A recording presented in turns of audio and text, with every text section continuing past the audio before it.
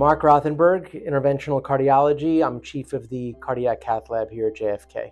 MitraClip is a non-surgical way of repairing a mitral valve, usually a leaky mitral valve. This used to require open surgery, and now we can take care of this by putting a catheter in the groin and doing what's called a transcatheter edge-to-edge repair, where we put a clip on a mitral valve and can reduce the amount of leakage of that valve. It's very common. Mitral valve disease is way more common than aortic valve disease.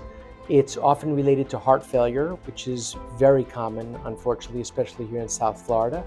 And it's often related to coronary artery disease, which a lot of patients have as well.